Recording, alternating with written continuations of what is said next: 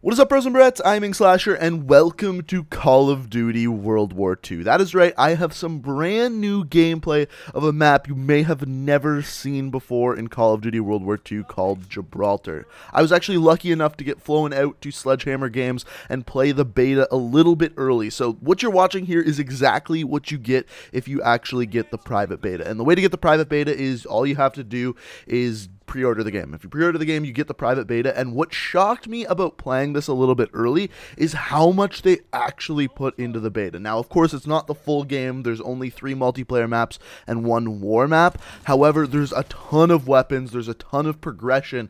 And I think a lot of people are going to put a ton of hours into the beta alone just because how good it actually is. But what we're going to talk about today is what's actually in the beta. And of course, we're going to talk about this map itself because this is a map that many of you may have never seen before. Also, guys, I'm actually going to be giving away a few beta codes to you guys when the beta actually comes out. So if you want to receive the beta, the way to do so is by hitting that like button on this video and leaving a comment down in the comment section below. It can be something about Call of Duty World War II, just telling me why you want the beta code, or telling me how excited you are for the game. Just leave a comment down in the comments and hit that like button. That's all you have to do to win. So first of all, the gameplay you're going to be watching isn't going to be the best gameplay in the world. I'm not going to drop like a 7 KD or anything insane like that. The people we were playing against were of course really good, a bunch of other YouTubers and stuff like that, but it's some decent gameplay of this awesome map. Now let's start by talking about the beta itself. So as I said, this beta is a lot bigger than I thought it was going to be. Basically, with every weapon you can use, you have every attachment that you can unlock, and the way you unlock the attachments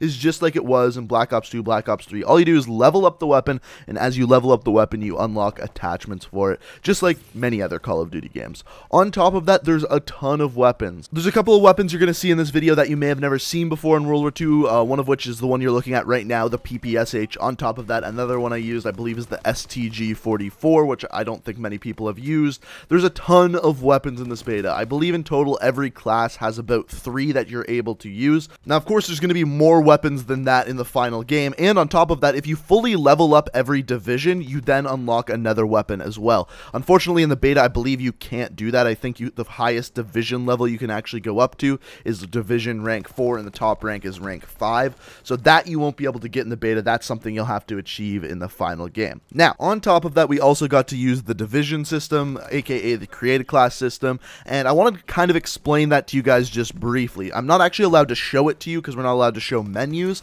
However, what I can tell you about this is it's interesting. It's not like a pick 10 system or anything like that, yet at the same time, it has a couple of the same aspects of a pick 10 system. For example, one of which is unlock tokens. So as you level up and progress, you're able to unlock certain weapons. For example, I believe at level like 9 or something like that, you unlock the STG 44.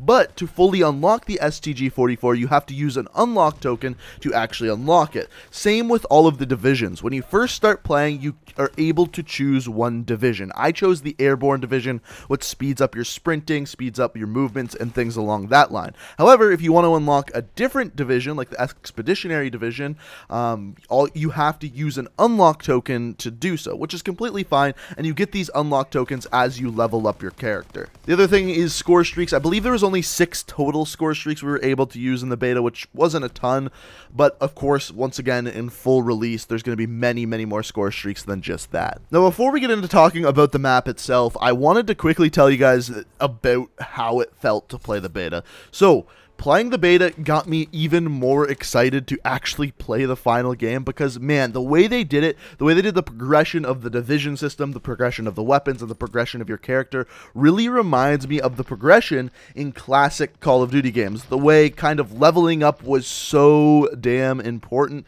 to actually getting challenges, to getting more weapons, to getting more attachments, and that's the excitement and the drive I want when playing a Call of Duty game. So that was one thing that was really excited to me. The second thing was the gameplay itself. Of course, as we all know, as the developers stated a million times, this is a boots on the ground Call of Duty game. Many of you may have never played a boots on the ground Call of Duty game, and let me tell you, it's going to be a little bit of a shock if you're in that group of people. That being said, it plays super well, and the reason why I say that is one thing I was worried about when they were talking about boots on the ground was that there was going to be no gunfights. You weren't going to find any people, and people were going to play super campy and super passively. That is not the case. And the reason why I say that is because of the design of the maps.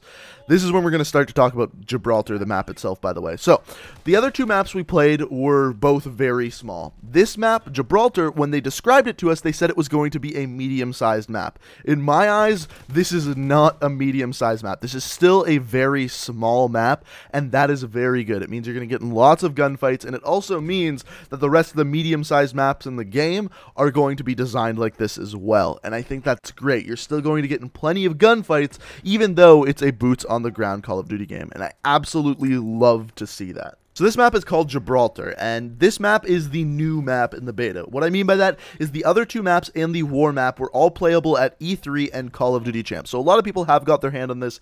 There are plenty of videos of that on YouTube. However, Gibraltar, there really isn't. This is a map that is brand new to the beta. Now, let's talk about the map. So there's basically two parts to this map. There's the outdoor part and then the tunnel part. The tunnel part is very, very limited. The outdoor part looks absolutely beautiful. The colors of the greens, the sunlight, they did a very good job of getting the colors right on this map. As I mentioned before, the way this map plays is fantastic. I don't think it's too big whatsoever. I don't think it's too small whatsoever. It's a perfect medium-sized map. It works for all game modes. I think my favorite one on it, though, was Hardpoint. Surprisingly, I don't actually play that much Hardpoint, but it seemed to play really good in this game. And I think there's a huge difference in playing game modes like Hardpoint with boots on the ground versus non-boots on the ground, aka advanced movement. I think the game mode plays incredibly differently, and I much prefer it as a boots on the ground game style.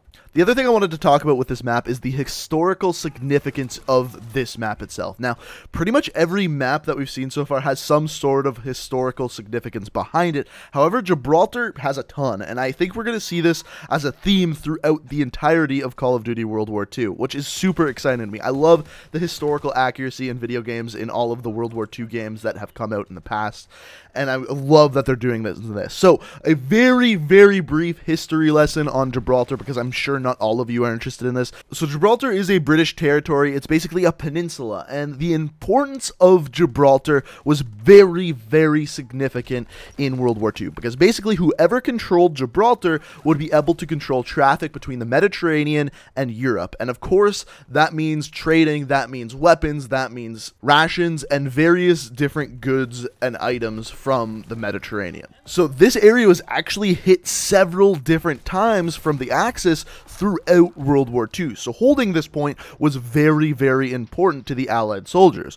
On top of that, another huge thing about Gibraltar is that they built this massive tunnel system in it to be able to transport various goods and, even more importantly, people. And I'm curious what you guys think. Do you enjoy this historical part of the game as much as I do? And would you like to see in the future me kind of go more in depth talking about the different maps and the historical importance behind almost every single one of them? Let me know what you think about that down in the comments. Now, what I wanted to leave this off on is the question of whether or not you should get the beta. And the easy answer is this: abso-freaking-lutely you should get the beta. If you are a Call of Duty fan like me, you want to get the beta. You're going to feel really left out if you don't, because like I said, there is so much in this beta. There's so much stuff to do, so much stuff to play, and I think you're really going to be missing out if you don't get it. Now, that being said, if you're one of those people who every single year get Call of Duty at Christmas, you never pre-order the game, it's not necessary for you to get the beta. However, like I said, you're going to be at a disadvantage when the game actually comes out,